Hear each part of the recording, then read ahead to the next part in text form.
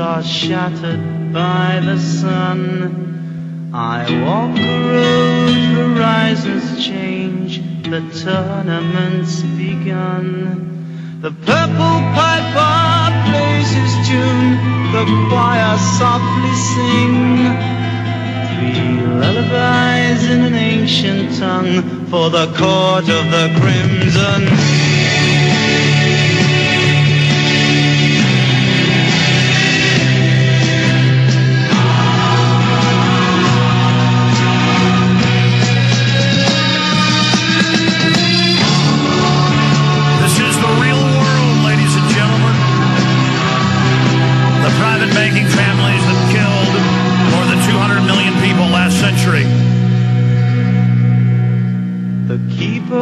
Of the city keys put shutters on the dreams. We are now under their control. Outside the pilgrim's door with insufficient schemes. Are we going to resist?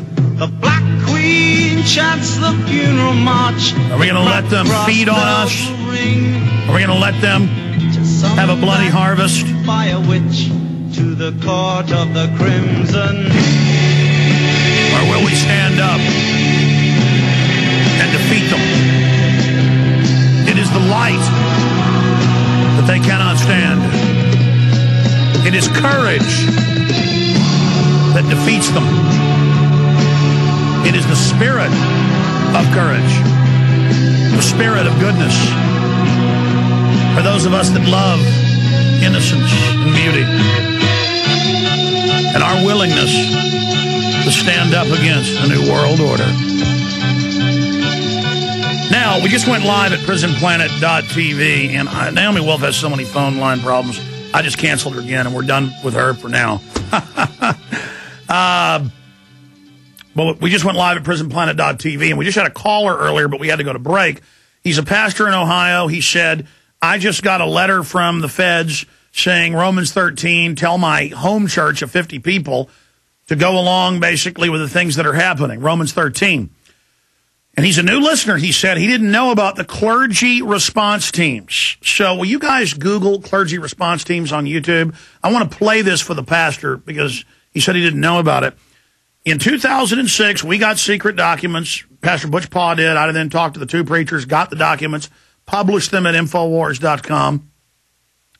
One of the pastors, they figured out, he went to a local store, faxed the documents. I said, should I erase these fax numbers? He said, oh, no, it's just a store 20 miles from where I live.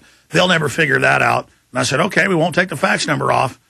Within 24 hours of us posting it, FBI went in there with Homeland Security, federal marshals, threatened the place, looked at their surveillance cameras, looked at highway surveillance cameras, figured out who the pastor was, came to his office. We're waiting for him in his office, threatening him when he got there. He also worked at the hospital as their chaplain, had his own office for free.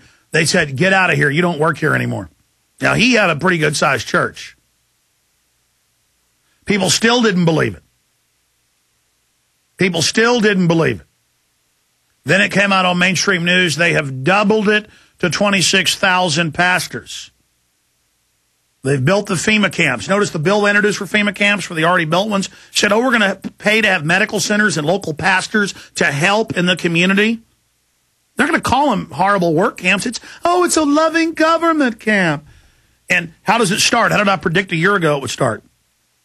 As people become homeless, they force you out of the tent cities on national parks, state parks, and other places into the facilities where you're prisoners, where you're frisked and controlled. That's now happening in California, Hawaii, and other areas. So this is actually going on right now. I want folks to understand that. Let's go ahead and cut over here. Let's go ahead and go to that YouTube clip. Here it is. Law ever become a reality in America? Some fear any nuclear, biological, or chemical attack on U.S. territory might trigger just that. And as KSLA News 12 Jeff Farrell discovered, the clergy would help the government with potentially their biggest problem, us. From my cold, dead hands. Charlton Heston's famous declaration captures a truly American value, the overarching desire to protect our freedoms. But gun confiscation is exactly what happened during the state of emergency following Hurricane Katrina in New Orleans. U.S. troops also arrived, something far easier to do even now thanks to last year's elimination of the 1878 Posse Comitatus Act. That forbid U.S. troops from policing on American soil. If martial law were enacted here at home, like depicted in the movie The Siege, easing public fears and quelling dissent would be critical. And that's exactly what the Clergy Response Team, as it's called, helped accomplish in New Orleans. Jeff, the primary thing that we say to anybody is let's cooperate and get this thing over with, and then we'll settle the differences once the crisis is over. Such clergy response teams would walk a tightrope between the needs of the government versus the wishes of the public. In a lot of cases, these clergy would already be known in the neighborhoods in which they're helping to defuse that situation. For the clergy, one of the biggest tools that they will have in helping calm the public down or obey the law is the Bible itself, specifically Romans 13.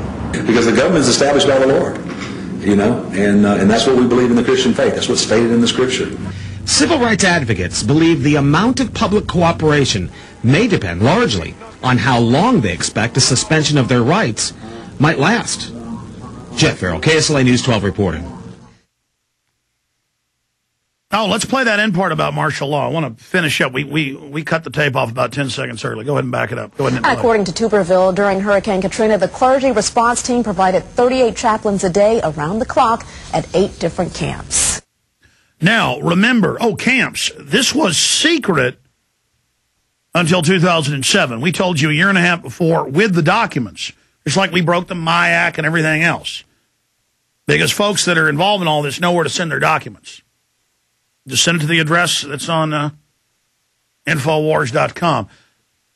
Ladies and gentlemen, this is what's going on. So now they've gotten even down and found out who the small churches are, and they're sending them letters. Pastor, I would like you to fax us. I know we just moved offices a few months ago, and I still forget our new fax number.